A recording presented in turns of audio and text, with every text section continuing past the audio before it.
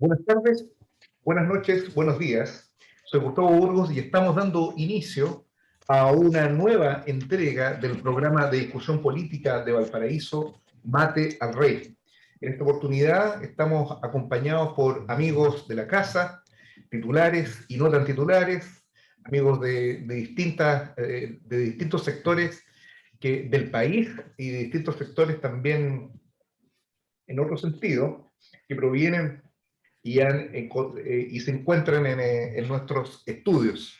Estamos en primer lugar con Ariel Zúñiga, que es una figura del espectáculo y las comunicaciones en nuestro país, responsable del programa El Estallido. ¿Cómo estás, Ariel? Muy bien, un abrazo fraterno a todos, a todas las que se conecten en este programa y especialmente también a los panelistas y a los que hacen posible este programa.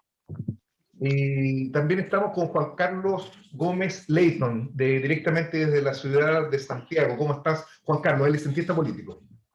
Hola Gustavo, un saludo a todos y a todas también las que se conecten, pero especialmente a la gente que está en el panel, a Marcela, a Ariel, a ti, al compañero que está en la dirección, a todos. Sí, un gusto. Y estoy, hay que decirlo, estoy en Santiago, pero en la comuna de San Joaquín, al sur de Santiago. ¿Santiago 1? No. Santiago 1 está por el norte. El que le pegó a Boric. Claro.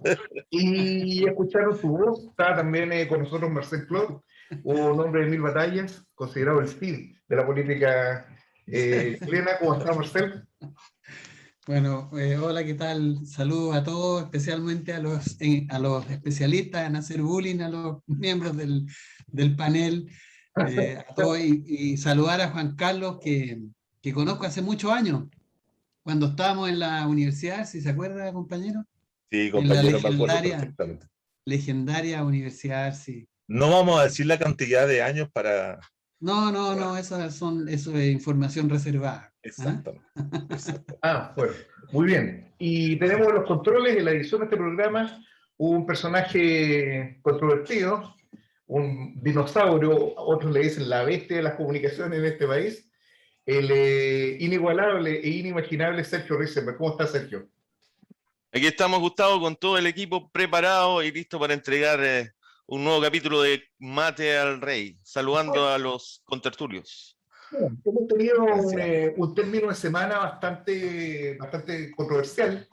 El candidato del director de este programa, Gabriel Boric, según él mismo ha declarado, habría sido objeto de un combo por parte de algún preso político, ocurrido esto con motivo de la visita que el candidato, acompañado de un grupo de parlamentarios, habría realizado a los presos de la revuelta. Este hecho, como resulta habitual, mereció la condena unánime, generosa, de todos los partidos del régimen, empezando, por supuesto, por el gobierno, quienes al unísono señalaron el repudio de que es esta idea tan acentrada de que no es la forma, de que se debe condenar la violencia venga donde venga, y que esto no contribuye, y estas fueron las palabras de Narváez, no sé si lo dijo con cierta ironía, que esto no contribuía a solucionar el problema de los presos políticos. Bueno, estas cosas las estoy citando textualmente, no son parte del humor de Pablo Narváez, pero a veces la política y la historia tienen estas cosas, ¿no? Se nos presentan de esta forma. Marx decía de que los grandes procesos históricos se presentan primero como tragedia y luego como comedia. Y tenemos en este momento una difícil tarea desde cómo encontrar, cómo ubicar estos conceptos si relacionamos al papel que está jugando actualmente el Frente Amplio como una fuerza articuladora del régimen, una fuerza central de la articulación del proceso de transición que se ha abierto a partir del Acuerdo por la Paz, y resulta difícil discernir la manera en que podemos nosotros apuntar cuál de los dos componentes podría ser el de la tragedia y cuál es de la comedia. porque si se trata precisamente de establecer esta comparación, vemos realmente que muchas de aquellas cuestiones que aparecen en el contexto de otros procesos históricos, acá aparecen superados, simplemente producto de la comodidad y en general de la poca capacidad que tiene el orden establecido y el régimen de darle un contenido trascendente a las políticas que están llevando a cabo. De tal suerte de que la presentación de un candidato tan desconectado del proceso, o sea, tan íntimamente conectado al proceso de transición y tan desconectado con la lucha popular, resulta casi inevitable entender de que este va a ser el desenlace que va a tener Gabriel Boric en cualquier momento en que ponga un pie en la calle. Y esto es un hecho que, al igual que el jarrazo respecto de la ministra Jiménez de la Jara, si la memoria no me traiciona, a manos de Mútica Sepúlveda, estoy haciendo un ejercicio de virtuosismo de memoria, son estos pequeños hechos que a veces marcan todo un proceso. Se trata de anécdotas dentro de las cuales, de las cuales se puede observar este enorme choque, ¿no? Entre, por un lado, el movimiento de masas, en ese momento el movimiento estudiantil, en el caso de Música Sepúlveda, y en este caso respecto al movimiento revolucionario abierto a partir del 18 de octubre, en su choque con los aparatos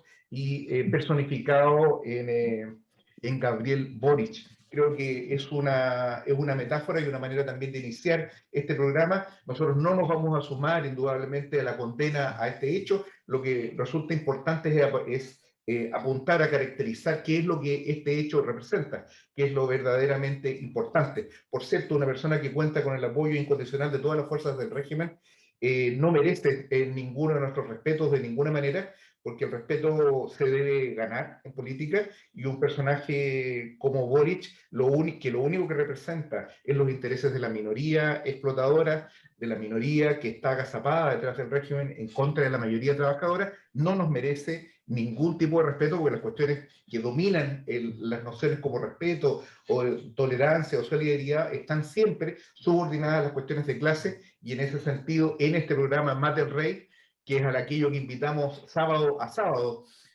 a nuestra audiencia, es un programa que tiene posición dentro de la trinchera de la lucha política nacional. Dichos estas palabras, partimos con Ariel Zúñiga para que abra fuegos respecto de los últimos hechos que han ocurrido durante la semana. Ariel.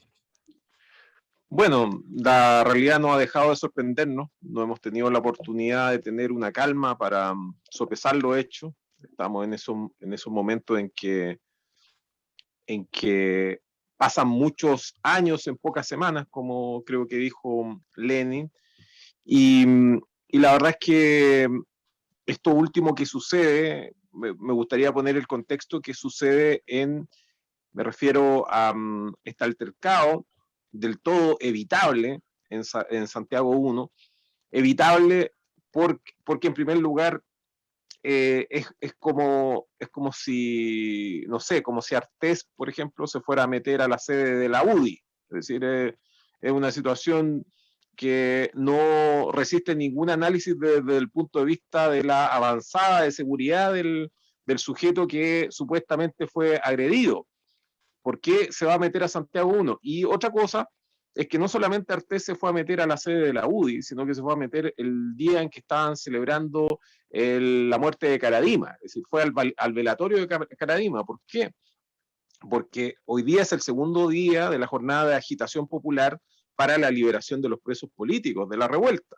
Entonces, en medio de esta situación, además considerando de que por mientras Gabriel Boric estaba en Santiago 1, se estaba alegando la causa del carabinero Maturana, que es el principal agresor de Fabiola Campillay, y que además fue liberado por la infame, porque hay que decirlo con todas sus letras, con la infame Corte de San Miguel, lejos la más corrupta que tiene nuestro corrupto sistema judicial, lejos la más reaccionaria de nuestras cortes, de todo el país, es la Corte de San Miguel, semillero de los peores jueces que han llegado a la Corte Suprema, semillero de los peores funcionarios judiciales de todo el país, la Corte de San Miguel, y que siendo la Corte de San Bernardo tutelada por este poder que según ellos todavía se atribuyen de estar jerárquicamente por encima de los tribunales de garantía, cosa que no es así, resultó insólito para muchos de que la jueza de San Bernardo, que está bajo la tutela de la Corte de San Miguel, dictara una resolución tan audaz como ajustada en derecho, como enviar a la cárcel de Santiago I al carabinero Maturana.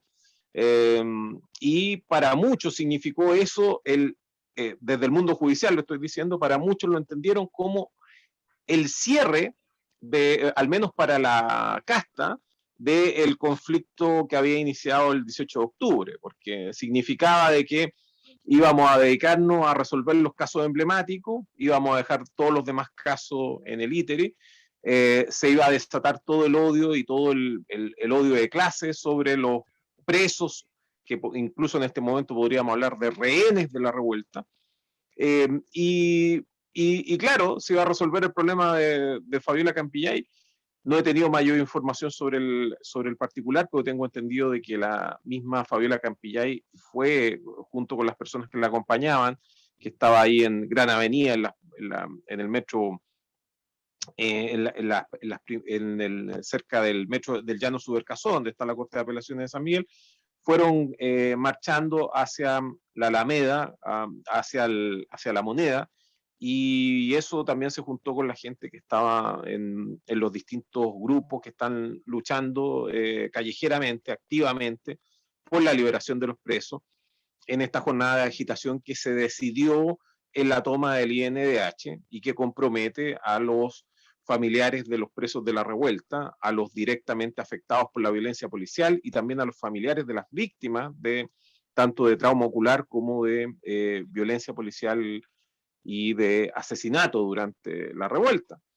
Entonces, el que Gabriel Boric eligiera este día en particular, esta mañana en particular, de día viernes, que tampoco es un buen punto de prensa, los que entienden un poco de comunicaciones saben que estas cosas se hacen entre los martes y los jueves, que haya elegido un día viernes para hacerlo, que además hay un hecho de que la noticia, que la información no ha circulado, pero digamos los medios del capital no lo han mencionado. Hoy día comenzó una movilización nacional de gendarmería y el primer grupo que se movilizó fue el de Santiago I. Entonces había un déficit de custodia en Santiago I. La situación que se vivió con Gabriel Boric no han trascendido imágenes, pero fue mucho más seria que obviamente lo que trató de tapar una vez más un tipo que ya es un mitómano patológico, ya un mitómano serial, que es Giorgio Jackson. Cuando se supo el asunto de que él había constituido esta fundación Giorgio Jackson, pro ayuda a Giorgio Jackson, dijo que era una fake news y que era mentira. Se mintió. Luego dijo, Giorgio Jackson le he leído en el último año al menos 15 mensajes acusando a determinadas personas diciendo que están realizando fake news, es decir, difundiendo noticias falsas, lo hace desde el Twitter, y como le ha salido gratis, lo vuelve a hacer. Salió un comunicado de Gendarmería, de la Asociación Nacional de Funcionarios de Gendarmería, explicando que la situación que había ocurrido, y lo explicaron de una forma burocrática, poniéndole paños fríos, pero la situación como ha trascendido por las personas que han estado directamente vinculadas, por la gente que conoce Santiago I, la situación fue bastante seria, podría haber traído mayores consecuencias. Es importante siempre señalar que, a diferencia de lo que dicen los medios del capital, los jóvenes que están presos por la revuelta no son bestias, y esa es la razón por la cual este tipo creo que recibió solamente un combo, pero estaba superada la guardia, y eso también significa, según los relatos, de que la comitiva con la que él ingresó, que es una comitiva con sus asesores, que además estuvo un buen rato dentro de Santiago 1 sin poder salir hasta que llegó un piquete a sacarlo,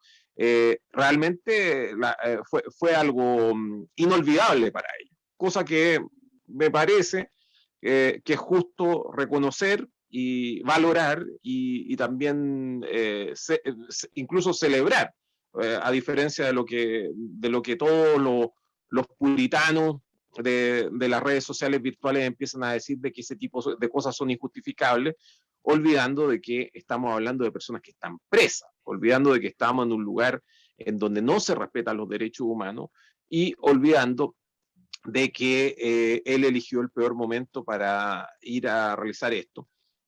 Si esto no fuera poco, que una actitud provocativa que probablemente tiene que ver con esta frialdad absoluta, que me acuerdo haberle escuchado a un periodista mencionar como uno de sus atributos a Gabriel Boric. Recordemos que Piñera también tiene esa misma frialdad absoluta, incluso podríamos decir que están ambos, los dos son parte evidentemente de la misma patología.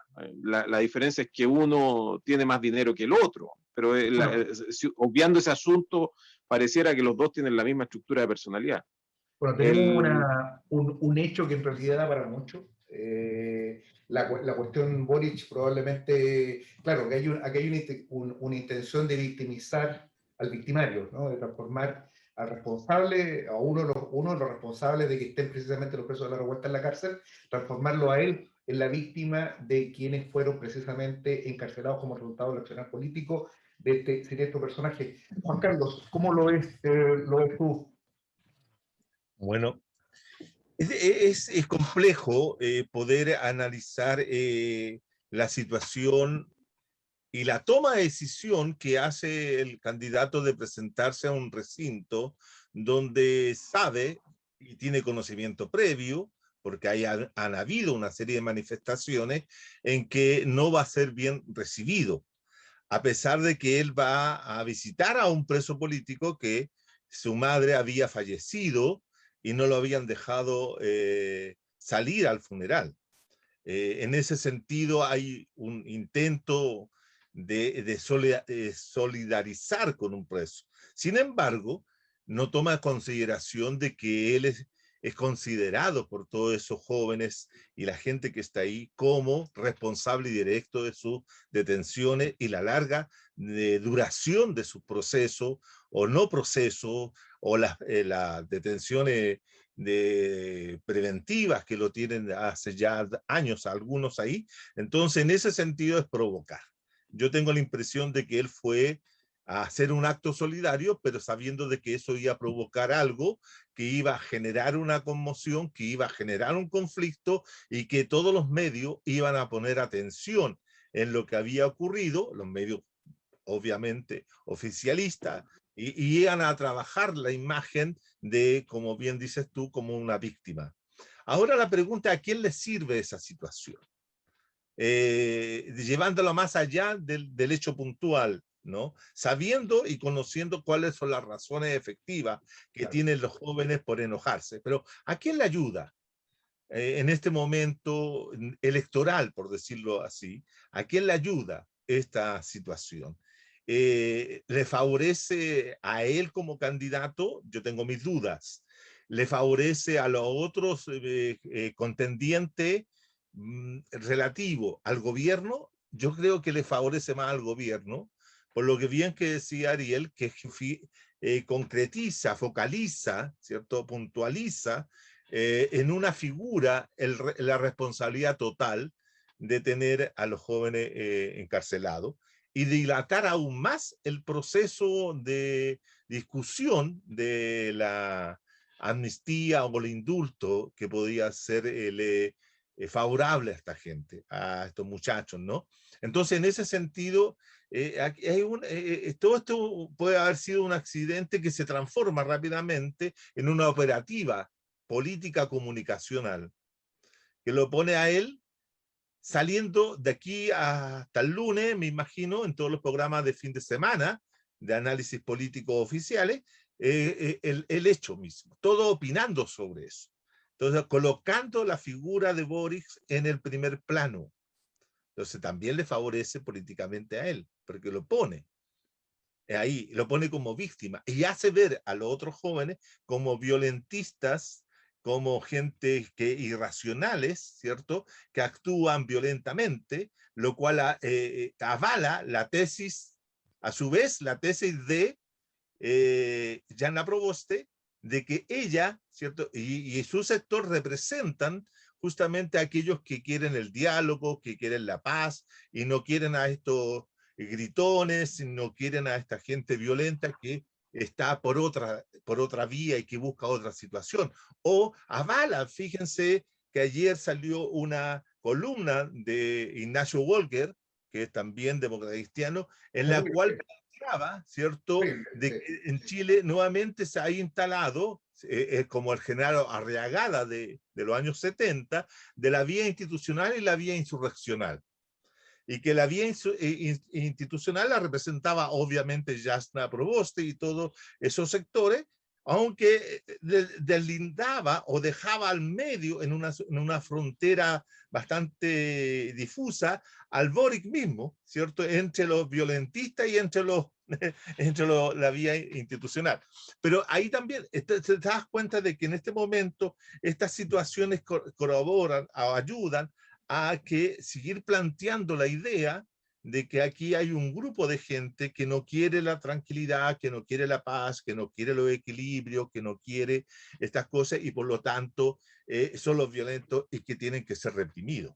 Ese es el mensaje último, es déjenlo en la cárcel, déjenlos presos, aplíquenle en toda la ley, el peso de la ley, como se dice, porque esta gente no quiere ninguna paz. Y nosotros estamos en la paz, nosotros estamos en la convención, nosotros estamos llegando a acuerdos, estamos siendo generosos, como ayer Atria decía en un programa que ellos estaban siendo generosos porque estaban incorporando también a las minorías, incluso a la derecha, a participar, a hacerse responsables de la convención y por eso habían apoyado la incorporación de uno de los convencionalistas a la mesa de representante de la derecha, Morales, creo que es el apellido que el que quedó.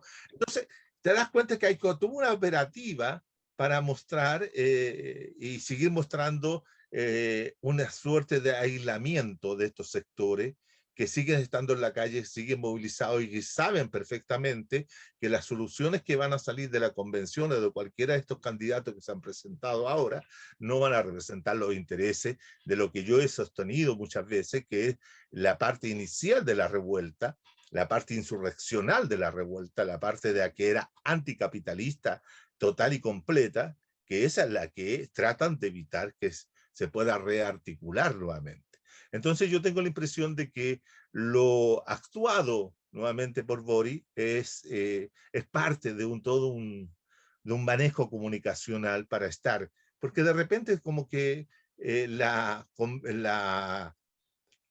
primaria entre Narváez y Proboste y Maldonado, como le venían a quitar un poco de imagen o de espacio público o de espacio comunicacional, porque de aquí hasta el 21 íbamos a tener todos los medios hablando de eso y no hablando de su actividad. Entonces, esto también es parte de toda una parafernalia que tratan de desviar la atención de las cosas correctas o de las cosas adecuadas o las cosas que la gente está demandando. Es decir, por ejemplo, tapan lo que hoy día, lo que bien también decía Ariel, tapa lo que fue esta situación de mandar a Maturana, al capitán responsable del cegamiento de Fabiola, ¿cierto? A Campillay, ¿cierto? Fabiola Campillay. Entonces, tapa eso. Tapa también en el inicio de la discusión del cuarto retiro. Entonces hay una serie de situaciones que van tapando en ese sentido y van encubriéndolo para que él quede siempre en primer plano. Boric es una persona que tiene esa actitud, ¿no? la historia nos revela las operaciones de bandera falsa, ¿no? Como fue el inicio de la invasión alemana sobre Polonia, que estuvo marcado por un supuesto ataque de un comando de polacos que habrían atentado en contra de una antena de comunicaciones del Reich, hecho que habría justificado entonces la invasión sobre Polonia. Muy probablemente detrás de esta cuestión está precisamente la necesidad de aislar el reclamo que va tomando cada vez más fuerza a nivel popular en orden a amnistiar a los presos de la revuelta. Marcel, ¿cómo lo ves desde tu óptica este escenario que ha abierto estos hechos, bueno, y una serie de cuestiones ligadas al tema de los derechos humanos y la Convención Constitucional? Bueno, mira, yo tiendo a coincidir con la opinión de Juan Carlos en el sentido que esto no es una provocación simple y digamos, una jugarreta, ¿no? Para aparecer en los medios. Yo creo que esto fue pensado, fue imaginado. Esta gente que está en el Frente Amplio son parte del modo de hacer política de nuestro tiempo que pasa por esto de estar en los medios, ¿no? Cualquiera sea la razón por la cual estamos en los medios, estamos en los medios. Y esto yo creo que tiene una lógica bien coherente. Primero, como decía Juan Carlos, aislar a los presos políticos. Los presos políticos son la expresión más nítida, más contundente, más preclara de lo que fue el estallido social llamado por nosotros como Rebelión Popular de octubre del 2019. No son niñitos que están presos que tiraron piedra. Hoy día simbolizan, son el rostro de lo que fue ese movimiento popular, ¿no? Por lo tanto, presentarse ahí, provocarlo, ¿no? En el fondo ir a reírse en la cara de ellos porque yo soy candidato a presidente y ustedes siguen presos, ¿no? Y yo soy el que firmé el acuerdo por la paz y yo los mandé para acá, ¿no? Entonces es una provocación que tiene un sentido político. Primero aislar, ¿no? y sindicar, digamos, identificar el rostro vivo de la expresión popular como algo delictuoso, violento, agresivo, ¿no? Porque en el fondo, ¿con qué compite el Frente Amplio hoy día? El Frente Amplio nace para representar a esos sectores de izquierda que son críticos de la concertación y de lo que ha sido la postdictadura, ¿no es cierto? Entonces, bueno, compite con ellos, ¿no? Y tiene que de alguna manera levantarse sobre esa carga política. ¿Y de qué manera más inteligente hacerlo? Bueno, mostrándolo a ellos como delincuentes y él como la víctima. Ahora, está también lo que hace Boric en la lógica, como yo le decía anteriormente, en la lógica de lo que hace hoy día, lo que es hoy día la acción política. Esto no es muy nuevo tampoco. Yo me acuerdo que los primeros políticos de la concertación,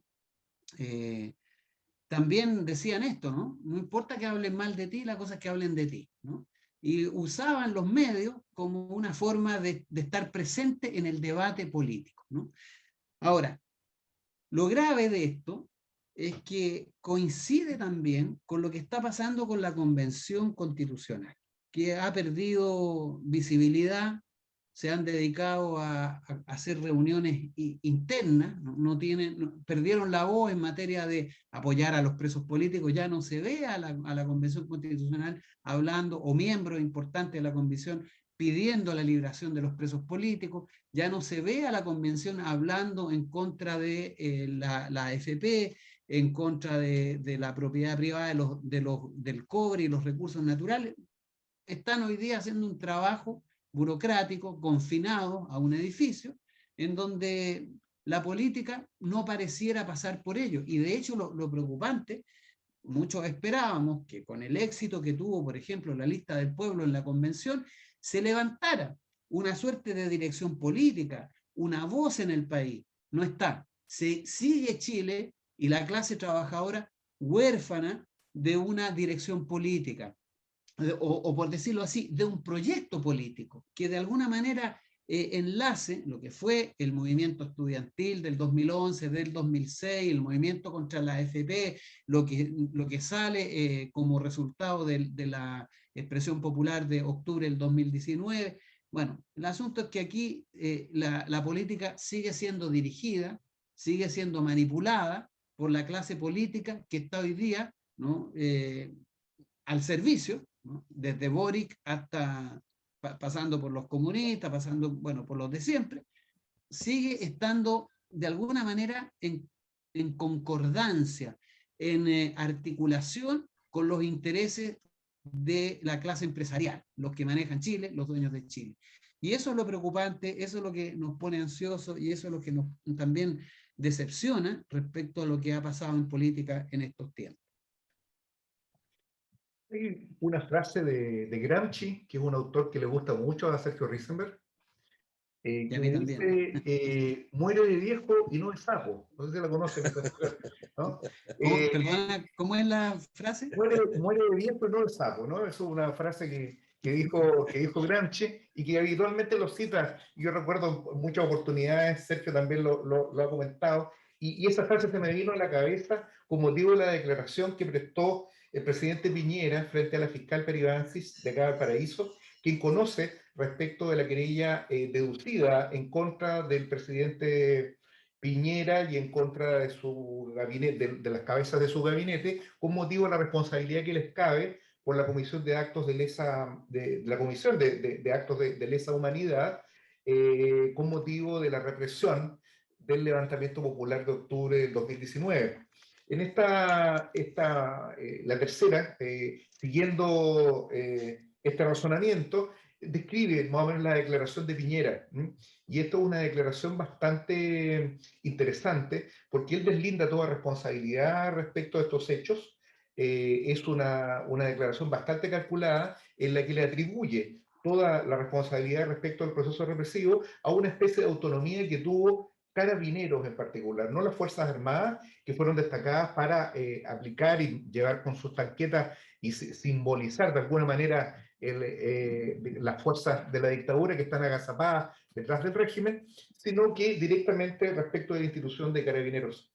Esto es un hecho que me parece sumamente importante, es parte del travestismo político que caracteriza a este proceso y que nos pone además en una disyuntiva del momento que precisamente el reclamo por la liberación de los presos políticos y el castigo a los asesinos, empezando por Piñera, se transforma en un reclamo democrático de una gran magnitud.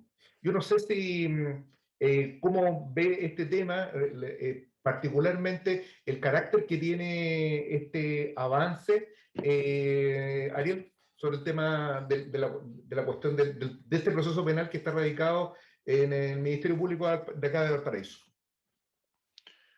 Bueno, una de las preguntas que me hizo un auditor en el último programa, que lo transmito los días miércoles, y el programa en directo, lo hizo en directo a través del teléfono, fue cómo Piñera había podido viajar a Perú, considerando, digamos, su delicada situación legal. Podría estar bastante vinculado a esto que mencionas, Gustavo, de que la justicia internacional actúa por defecto de la justicia nacional. El principio, la judicatura internacional y la persecución extraterritorial de los delitos va a hacer siempre espacio para que primero esta ropa sucia se lave en casa. Eso puede explicar que Piñera, luego de haber dado esta declaración, pudiera, y obviamente luego de negociar y mirar bien alrededor, porque esas situaciones requieren de una avanzada presidencial eficiente, del trabajo del cónsul, de los embajadores, para que sepan de que él no va a correr riesgo, de que llegando al aeropuerto en Lima lo filmen un capítulo de esto que dan en el cable, Operación Aeropuerto, pero con Piñera, es decir, metiéndolo, pasándolo del aeropuerto a una cárcel, tal como pasó en Chile con Fujimori. Entonces, obviamente hay ahí un trabajo y que permitió que Piñera por fin pudiera salir del país porque estaba padeciendo de la misma orden de arraigo de facto, de la cual la que sufrió el tirano anterior que fue Pinochet. Hay algo que no mencioné en el programa del miércoles y que lo voy a tirar acá como pildorita. es que dentro de la comitiva de Piñera a Lima se encontraba también el cantautor Alberto Plaza, que se contagió de COVID, y esa es la razón por la cual se tuvo que bajar de esta actividad. Luego él andaba difundiendo de que él tenía agendado un concierto en Lima. Se refería a ese concierto precisamente Alberto Plaza. Lo cierto es que el presidente Pedro Castillo fue bastante, podría decirse de mal gusto lo que dijo, pero fue bastante correcto también en la forma en que lo expresó y contundente al mismo tiempo, porque en el discurso de la toma de mando dijo que los delincuentes tenían 72 horas para irse de Perú. Entonces con eso quedó claro que la visita de Piñera no se podía extender más allá de eso. Entonces, también hay una claridad sobre ese asunto. Respecto a el que Piñera esté descargando en Carabinero, me parece que Gramsci también dijo eso de que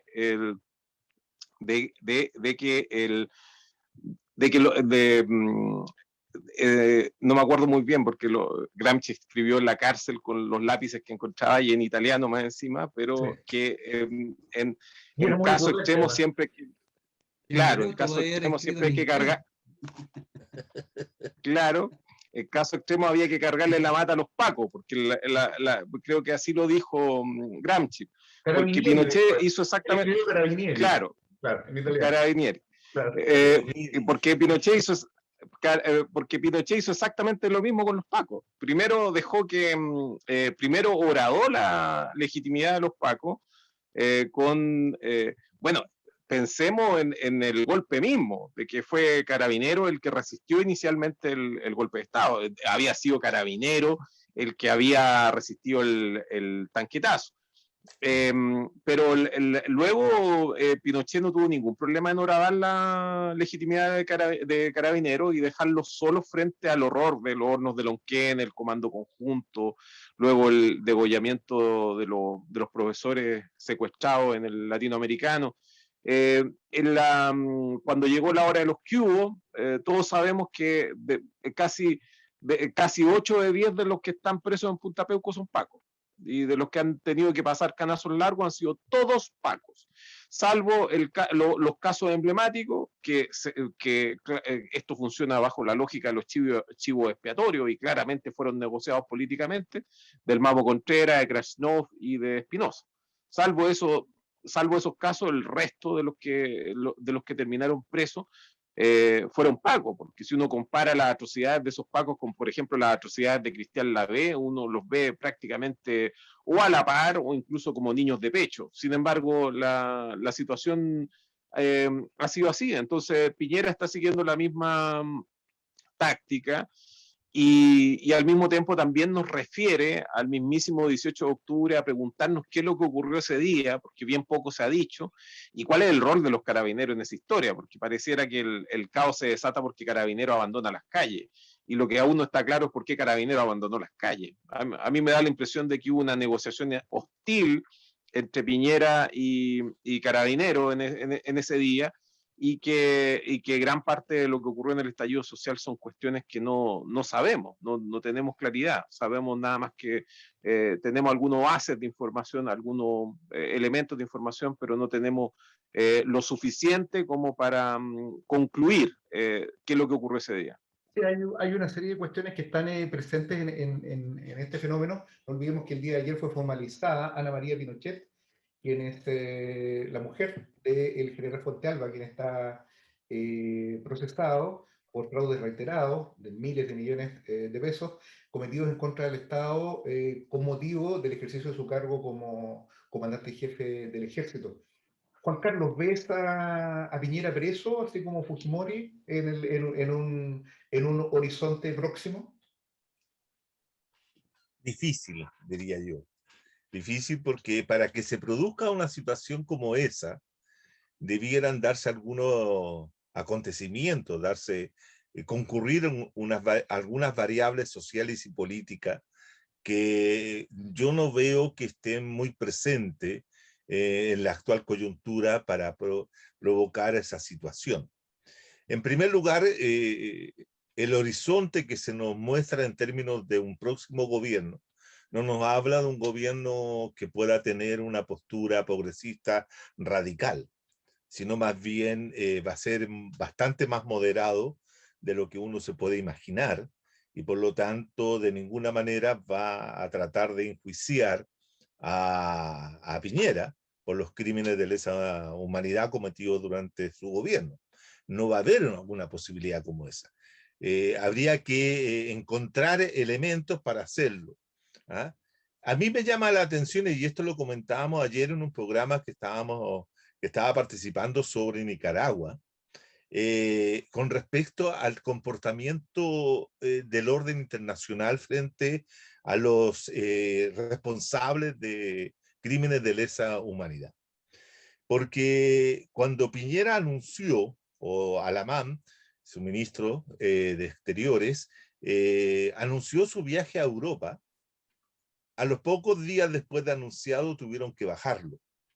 Y la razón por la que bajaron ese viaje a Europa, en la cual iba a estar con el Papa, iba a pasar por Francia, etcétera, obedecía a la demanda que existe contra Piñera, fomentada por el juez Garzón y otras gentes, ¿no?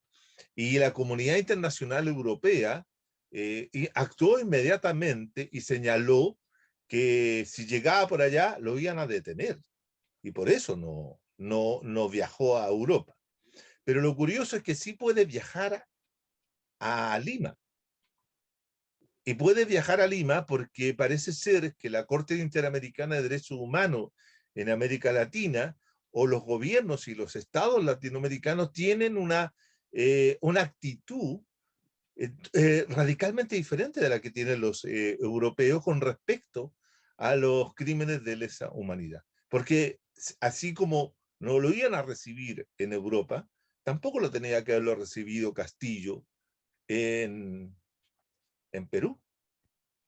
Entonces ahí uno aprecia de que los juicios que se puedan hacer en el espacio internacional o la justicia internacional tiene distintos bemoles, y no necesariamente, ¿cierto?, actúan de la misma forma con uno con otro. ¿Por qué? Hay varias razones. Podríamos desarrollar algunas líneas explicativas por qué ocurre aquello, ¿no? Entonces, ayer vemos en una imagen a Piñera conversando muy animadamente con Castillo en el avión o en el helicóptero, y al medio estaba nada menos que el Evo Morales. ¿Me entiendes? Entonces, hay que generar condiciones de derecho internacional para poder hacer que todos estos personajes que tienen responsabilidad en la violación de derechos humanos no puedan pasearse ni por América Latina ni por todo el mundo libremente, porque son responsables. Entonces, en ese sentido, yo tengo la impresión de que toda la discusión que se desarrolló a partir del año 1998 en adelante a nivel internacional acerca de la justicia internacional, como que se diluyó después del caso Pinochet y ha ido perdiendo fuerza. Entonces, si te das cuenta que en América Latina, ¿cierto?, no se puede tomar una misma decisión que se toma en la comunidad europea, en que le impiden. Acá no, el tipo va, incluso cuando quiso ir a Paraguay, si no me equivoco, a Paraguay, no a Uruguay, desde Uruguay le dijeron que no fuera. En Uruguay fueron mucho más fuertes en ese sentido, y eso que era un gobierno de derecha el que asumía. Era el partido conservador, el partido blanco el que asumía, y le dijeron que no. Y acá, en un gobierno, en un presidente que es progresista o que se presenta como progresista radical, lo admiten. Entonces yo tengo la impresión de que ahí hay un tema. Si no podemos hacerlo acá, imagínate, ¿con qué? ¿A dónde va a salir? Porque aquí hay un dato que decía Marcel, que yo estoy muy de acuerdo con él. Aquí hay un problema de dirección política. Hay un problema de quién puede conducir un proceso de cambios, puede conducir un proceso de radicalidad de todas las formas de lucha que se plantearon a partir de octubre en adelante, porque aquí se ha aceptado gruesamente el camino, como diría Volcker, el camino institucional, político institucional. Y todos estamos esperando que de algo salga de ahí, ¿no? Y yo creo que ahí falta la voz. Yo tenía mucha esperanza, y aprovecho a hacer el comentario, tenía mucha esperanza en la lista del pueblo, pero me ha ido defraudando la lista del pueblo. Ha quedado corta. Se ha ido además empezaron 27 y ya van en 25, o 25 porque se le fueron 2. ¿Ah? Y no todos los 25, 27 que eran, podemos tener certeza de lo que piensan, de lo que plantean, o cómo van a discutir, o cuáles son los planteamientos que tienen ellos con respecto a determinados temas que se van a discutir en la convención, y cómo se puede influir sobre ellos para poder tener algún tipo de control de lo que ellos vayan a hacer, y no se le empiece a desgajar el choclo, y que la lista del pueblo termine, ¿cierto?, finalmente, con muy poca fuerza política al interior de la convención. Sí. Ahí hay un tema que hay que empezar a preocupar. Hay una información que yo a esta altura me siento en condiciones perfectamente de explicitarla, y tiene que ver con un trabajo político en el que está participando Marcel, el que estamos, y que muy probablemente la próxima semana ya vamos a poder comunicarlo. No tiene características de clandestino, pero hubo una cosa que se está procesando, que es la posibilidad de levantar una lista parlamentaria de izquierda, unitaria. Y como motivo de esto hubo un acercamiento de una compañera con un personaje de la lista del pueblo, que aparece al menos como uno de sus ejecutivos, vamos a utilizar esa expresión, que es Ángeles Potorno. Entonces, en medio de esa comunicación, él señaló expresamente que la lista del pueblo no quiere tener ningún tipo de relación con organizaciones marxistas-leninistas. Utilizó esa expresión. Yo creo que antes de Potorno, el último que había utilizado esa expresión tiene que haber sido, si no Matei, el propio Pinochet, ¿no? Esto es algo que provino de uno de los ejecutivos de la lista del pueblo, porque la lista del pueblo no tiene dirigentes públicos, es una masa informe, y es precisamente esta masa informe la que permite a estos personajes más bien oscuros el ejercer una conducción sobre esto. Y esto es algo que políticamente ya está pagando precios importantes a nivel de la vanguardia. Nosotros vamos a ir cerrando, le voy a dar la palabra a Marcel, pero yo también quiero detenerme un momento, porque entiendo que Sergio Risemer estuvo de duelo esta semana, el fallecimiento del sacerdote de Caradima. Me imagino que él, no por esas imputaciones que pesan sobre Fernando Caradima, no por ese hecho, sino más bien por el espacio social que representa Sergio. No sé qué puede contar respecto a lo que ocurrió esta semana, o va a seguir observando el riguroso luto que ha tenido en el último tiempo. No quería referirme al hecho de que estamos de alguna forma huérfanos espiritualmente después de la pérdida de este gran sacerdote. Yo no tuve, yo me salvé, digamos, no tuve la suerte de tener una confesión con él. En ese sentido, no sé si me perdí de algo, no hay buenos comentarios, pero lamentamos la pérdida del sacerdote Caradima y lo sentimos profundamente, por supuesto. Con respecto lo acompañó en ese responso, me imagino. Así es, señor. Nos están llegando acá algunos avisos que al parecer Jair Bolsonaro y Fulvio Rossi habrían enviado cartas de solidaridad a Gabriel Boric por este ataque que él sufrió en medio de una... Ellos también les pasó lo mismo, y ellos también habrían... en el caso de Bolsonaro y de Fulvio Rossi fue con un cuchillo de mantequilla, eso puede cortar mantequilleros, y ellos entienden muy bien lo que es ser atacado en estos procesos electorales. Eso tendría para decirle, licenciado. Usted siempre condenando la violencia venga donde venga, algo que es la garantía que nos da Sergio Risemer, su perspectiva ponderada siempre de los hechos, esa visión imparcial, ¿no? que le da otro carácter a este espacio. Marcel, un poco cerrando, estamos ya licenciado, a mí me parece que el caballero ese que habló con usted ¿Tú en el pasado trabajaron junto con este señor de don Marcel Clos? ¿Hay algo ahí? ¿O hay una historia? No lo sé, yo el cotilleo no lo manejo mucho, no sé, Marcel, si tiene algún descargo que formular sobre ese hecho. Con Juan Carlos, dices tú. Con Espotorno. Con Espotorno. Sí, el hombre. No, conmigo no, compañero. Yo sigo siendo marxista-leninista. Sí, el hombre estuvo ahí a la guaita ahí cuando levantamos la candidatura el 2013 y el hombre participó de manera bastante activa, ¿ya? Y le tengo particular afecto y cariño porque él se encargó de insultar a medio mundo en mi nombre a través de las redes sociales. Así que me salvó de esa tarea tan innoble de insultar a medio mundo. Al final le tuve que decir que por favor ya no hablara más, quitarle las redes sociales porque yo estaba quedando así como algo así como el Jack el Destripador, un asesino en serie de las redes sociales. ¿Ah? Así que sí, lo conozco bastante bien y pertenece a ese género de actores políticos que yo veo que están ahí esperando su oportunidad histórica para entrar en la clase política, en Versalles, y nada más. No tenía. Él estaba muy ligado a la familia trabajaba para la familia de el candidato a la presidencia que tuvo también el Frente Amplio y que perdió con la Beatriz Mayor. Fuentes, Mayor.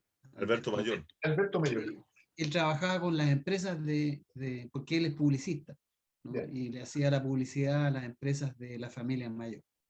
Y que bueno, ustedes sabrán y se podrán imaginar el perfil político que tiene Espotorno y que si está detrás de la lista del pueblo, no tengo duda de que el resultado no sea muy esperanzador de parte de ese referente.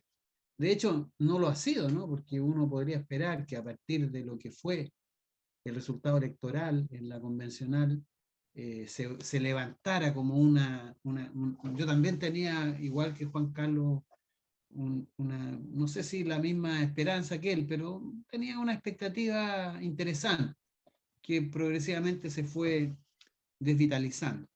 Yo para terminar quisiera hacer una referencia a lo que estamos haciendo en Codelco, ¿no? Esta semana se votó la huelga en la división andina de Codelco. Y esta huelga se vota a partir de lo que el sindicato Suplan, que es el con el que yo trabajo, inicia la semana pasada, ¿no? En donde desechamos el proceso de negociación porque Codelco quiere imponer un contrato colectivo absolutamente desfavorable para los trabajadores. Es importante decir que, contrariamente a lo que piensa la gente, claro, en promedio de los trabajadores del cobre ganan más que el común de los chilenos. Pero eso no es mucho decir, digamos, en el marco de una clase trabajadora que es paupérrima en nuestro país. Por lo tanto, cualquiera que esté un poquito sobre el promedio puede considerarse un privilegiado. Pero en el caso de Andina, hay que señalar que desde el año 2013 en adelante, hasta hoy día, las remuneraciones han caído en un 41%, ¿no? Ha disminuido la contratación, o sea, la dotación viene disminuyendo, un aumento importante de la sobrecarga laboral, el 16%. Hoy día los trabajadores de Codelco trabajan mucho más, han aumentado los niveles de explotación y eso llevó a declarar la huelga ya el 2018, que se le hizo perder a Codelco más de 100 millones de dólares, la plana mayor de Codelco Andina cayó, no se tuvo que ir para la casa porque no supieron manejar bien la huelga y hoy día estamos en el mismo escenario, pero con la diferencia que hoy día el resto de los sindicatos también votó favorablemente la huelga, ¿no? Por lo tanto, estamos en un escenario interesante y yo espero que este sindicato, Suplan, que ya dio una lucha importante por los derechos de los trabajadores, pueda hoy día también levantar lo mismo y lograr apoyar la lucha de todos los trabajadores de Chile, porque dentro del espíritu que hay detrás de esta huelga está la nacionalización del cobre, la recuperación del agua, el fin de la AFP, el término o sea, la sustitución del código laboral actual que niega el derecho a huelga, que apoya todo lo que es la división de la lucha sindical, y esperamos que esto sea un hecho interesante en el contexto electoral, en el contexto del cambio constitucional y en el contexto de la reivindicación de los trabajadores como actores políticos que siguen ausentes, y mientras no hagamos algo para que ello cambie, va a ser difícil que hagamos entrar en juego, ¿no? A los trabajadores como actores políticos. Así que yo tengo expectativa en eso. Estamos trabajando y preparándonos para una larga huelga, como fue la del 2018, de 39 días.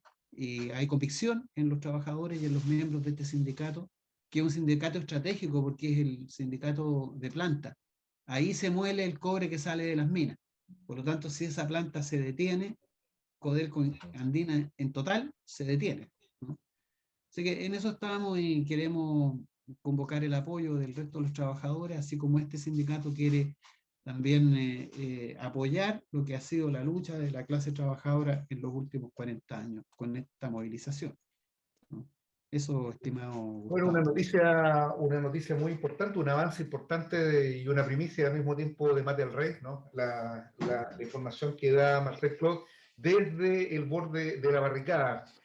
Para ir cerrando, nosotros tenemos como costumbre en este programa a todos nuestros invitados, le damos un minutito para que hagan algún tipo de anuncio, algún aviso económico, algún insulto, alguna amenaza, se puede hacer porque los que estamos en este programa gozamos de una impunidad especial. Así que bueno, le doy el tiempo a un par de minutos, alguna cosa que quiera que se le quedó en el tintero, Ariel. Lo primero que se me quedó en el tintero fue contar que el ministro Delgado, inmediatamente de este ataque bolsonarístico que recibió Gabriel Boric en Santiago 1, fue que el ministro Delgado en una larga declaración en donde incluso habló de que Fabiola Campillay no estaba respetando la legalidad de este país porque estaba llamando a manifestaciones, también señaló de que iban a poner suma urgencia en el gobierno de Piñera a una ley que intenta censurar las redes sociales virtuales, porque dijo que esta señal, esto que había ocurrido era una señal de que la violencia había que contenerla donde se estaba generando. También es bueno mencionar que Alondra Arellano del Frente Amplio ¿Cómo? Presidenta de Convergencia Social. Alondra Arellano. Exacto, la presidenta de Convergencia Social culpó a Daniel Jadwe de esto. Lo hizo sin ninguna complicación. Como dije, Giorgio Jackson dijo de que esto no había ocurrido y que no había sido en Santiago 1, más o menos que eso, pero dentro del contexto faltó mencionar lo de Delgado, que encuentro que es sumamente grave, y yo no llegaría tan lejos como para concatenar lo hecho y decir que era parte del plan de Gabriel Boric, que darle este pase gol a Delgado para que saliera con esto, pero sí me parece que se trata de cuestiones que no están muy separadas y que hay que mencionarlas. Y lo último, respecto a la acotación que hizo Risenberg, yo nunca me creí la tesis de que con un cuchillo le habían cortado la cara a Fulvio Rossi. Soy un escéptico respecto a eso, porque yo tengo entendido de que para hacerle algún daño en la cara a Fulvio Rossi se necesita a lo menos un disco diamantado y una máquina capaz de tener unas 13.000 revoluciones para arriba, ojalá una máquina de 550 watts si es eléctrica.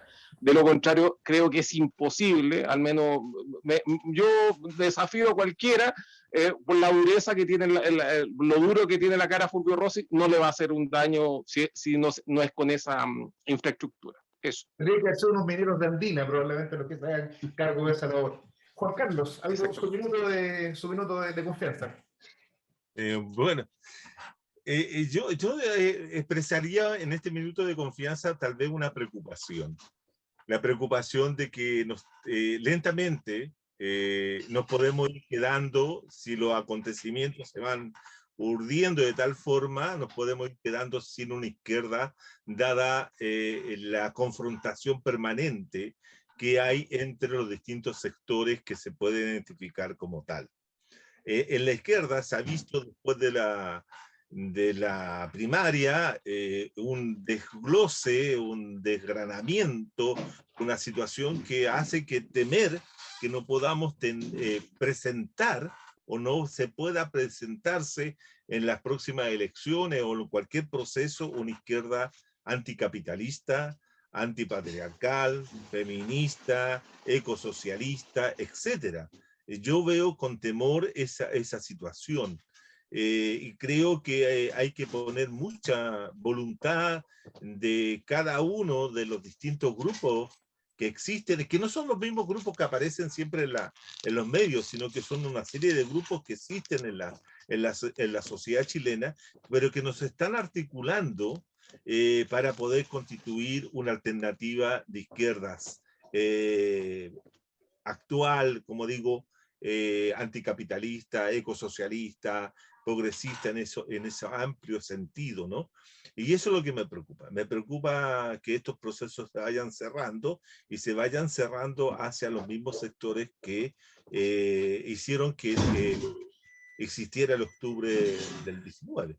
Esa es una preocupación que tenemos que tomar en cuenta y poder lograr constituir ese espacio de izquierda como para canalizar situaciones como la que decía Marcel, como de la lucha de los trabajadores que se están dando sectorialmente, muchas veces dispersa a lo largo y ancho del país, pero sin ninguna conexión. Yo tengo la impresión de que la izquierda chilena está perdiendo en este momento. Es más que una situación de pasar un aviso económico, es como pasar una advertencia que yo estoy observando que no tenemos constituida una izquierda.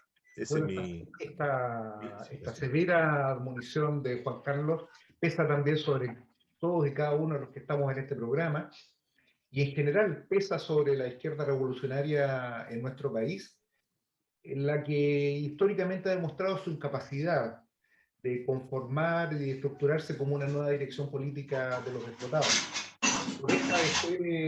No deja de ser elocuente la circunstancia que después de todo el proceso que hemos vivido, y no estoy hablando solo de los últimos 30 años, probablemente estoy hablando de los últimos 100 años, finalmente la izquierda haya terminado discutiendo entre una alternativa socialdemócrata con un componente stalinista y una alternativa socialdemócrata con un componente liberal, como son las de Jadwe y Boric. Esto es responsabilidad nuestra, nosotros no podemos echarle la culpa al empedrado. Es fundamental, y yo creo que hay que tomar la aposta que dice Ignacio Walker, ¿no? Cuando él plantea de que aquí hay dos visiones. Por supuesto, hay dos visiones porque son intereses de clase antagónicos los que sacuden y tensionan la lucha de clase en nuestro país.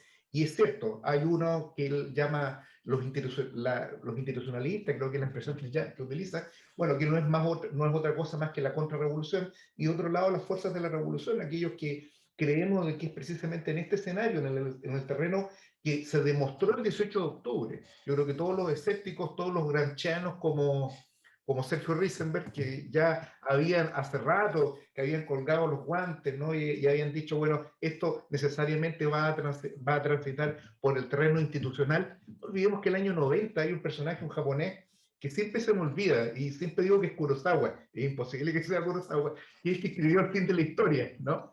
Francis Fukuyama. Fukuyama, exactamente. Entre Fujimori y Kurosawa se me confunden, y Sao Tomita también se me confunden. Pero bueno, el de la central nuclear, el de la central nuclear. Es que con su amigo Garay, me acuerdo que él me contó un poco una historia relacionada con eso, pero que es muy amigo de Sergio. ¿Y cómo se llama? ¿Qué es lo que quiero apuntar? Ahí hay una cosa bien significativa. El año 90 se marcó el fin de la historia después de la caída del muro de Berlín.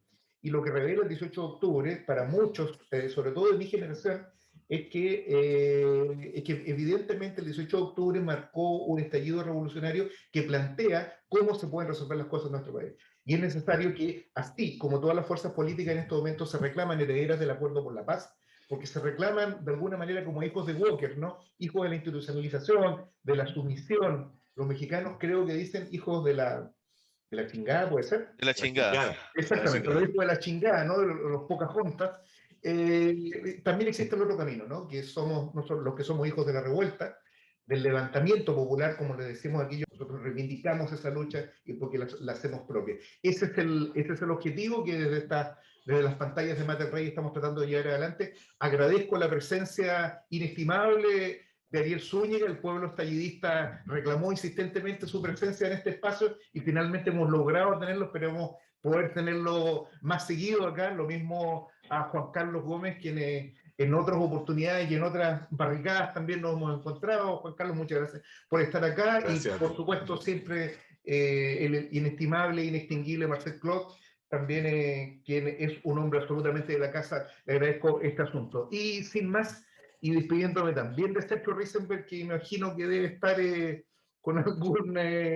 que no lo veo en este momento, pero bueno, imagino él es un hombre silencioso, cáustico, y también me despido de él. Así que, sin más, dejamos hasta acá Mate al Rey. Nos vemos. Chao. Chao. Hasta luego, amigos. Hasta